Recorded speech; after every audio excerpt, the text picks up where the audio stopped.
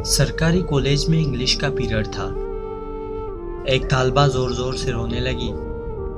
Teacher ने पढ़ाना छोड़ दिया। भागम भाग उसके पास जा पहुंची। बड़ी नरमी से दरियाफ्त किया, क्या बात है बेटी, क्यों रो रही हो? उसने सिसकियां लेके जवाब दिया, मेरी फीस के पैसे चोरी हो गए हैं। बैग में रखे थे, किसी ने निकाल लिए हैं। टीचर ने एक लड़की को इशारा करते हुए कहा, कमरे के दरवाजे बंद कर लो, कोई बाहर ना जाए, सबकी तलाशी होगी। टीचर ने सामने की 3 कतारों से तालबात की खुद तलाशी ली और फिर उन्हें पूरी क्लास के तालबात की जेबें चेक करने और बस्तों की तलाशी की हिदायत कर दी। कुछ देर बाद 2 लड़कियों के तकरार से अचानक क्लास एक बार फिर शोर से गूंज उठी। टीचर अपनी कुर्सी से उठते हुए बोली, क्या बात है? तलाशी लेने वाली तालबा बोली, मिस सना अपने बैग की तलाशी नहीं लेने दे रही। टीचर वहीं गुस्से से बोली, पैसे फिर इसी ने चुराए होंगे। सना तड़प कर बोली, नहीं नहीं मिस, मैं चोर नहीं हूं। चोर नहीं तो फिर बैग की तलाशी लेने दो। नहीं। सना ने किताबों के बैग को सख्ती से अपने सीने के साथ लगा लिया। नहीं, मैं तलाशी नहीं दूंगी। टीचर आगे बढ़ी। उसने सना से बैग छीनने की कोशिश की, लेकिन वो कामयाब ना हो सकी। उससे गुस्सा आ गया। टीचर ने सना के मुंह पे थप्पड़ दे मारा। वो जोर जोर से रोने लग गई। टीचर फिर आगे बढ़ी। अभी उसने तालबा को मारने के लिए हाथ उठाया ही था, एक बार फिर आवाज गूंजी, रुक जाओ। टीचर ने पीछे मुड़कर देखा तो वो प्रिंसिपल थी। न जाने कब किसी ने उन्हें खबर कर दी थी। उन्होंने तालबा और टीचर को अपने दफ्तर आने की हिदायत की और वापस लौट गई। प्रिंसिपल ने पूछा, क्या मामला है? टीचर ने तमाम माजरा सुनाया। उन्होंने तालबा से बड़ी नरमी से पूछा, तुमने पैसे चुराए? नहीं। उसने नफी में सर हिलाया। सना की आंखों में आंसू भर आए थे। बिलफर्ज मान भी लिया जाए। प्रिंसिपल मुतानत से बोली, तमाम तालबात अपनी अपनी तलाशी दे रही थी, तुमने इनकार क्यों किया? सना खामोशी से मैडम को तकने लगी।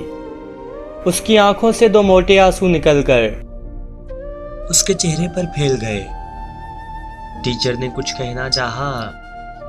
प्रिंसिपल का दिल तालबा का चेहरा देखकर उसे चोर मारने पे आमादा न था, पर उसने तलाशी देने के बजाय तमाशा बनाना गवारा क्यों किया? इसमें क्या राज है? वो सोचने लगी और फिर कुछ सोचकर टीचर को क्लास में जाने का कह दिया। प्रिंसिपल ने बड़ी मोहब्बत से सना को अपने सामने वाली चेयर पर बिठाकर फिर पूछा। उसने खामोशी से अपना बैग उनके हवाले कर दिया। प्रिंसिपल ने इश्तियाक, तजस्सुस और धड़कते दिल के साथ बैग खोला। मगर ये क्या, किताबों कापियों के साथ एक भोला चिपका हुआ शापर बैग भी बाहर निकल आया। तालिबा को यूं लगा जैसे उसका दिल सीने से बाहर निकल आया हो। सना की हिचकियां बढ़ गई। प्रिंसिपल ने शापर खोला। उसमें बचे कुचे नान, कुछ कबाब और चिकन की बूटियां थी। सारा मामला प्रिंसिपल की समझ में आ गया।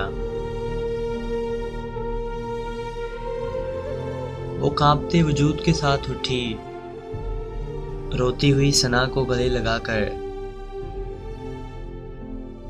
खुद भी रोने लग गई। सना ने बताया, मेरा कोई बड़ा भाई नहीं है। दीगर 3 भाई बहन उससे छोटे हैं।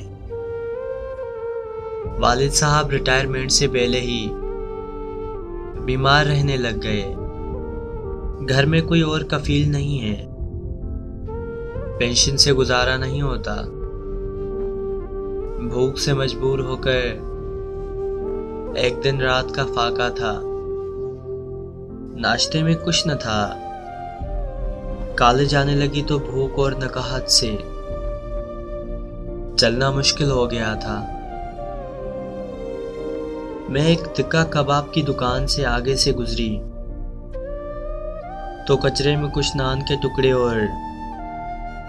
और अधखाना एक चिकन पीस पड़ा देखा।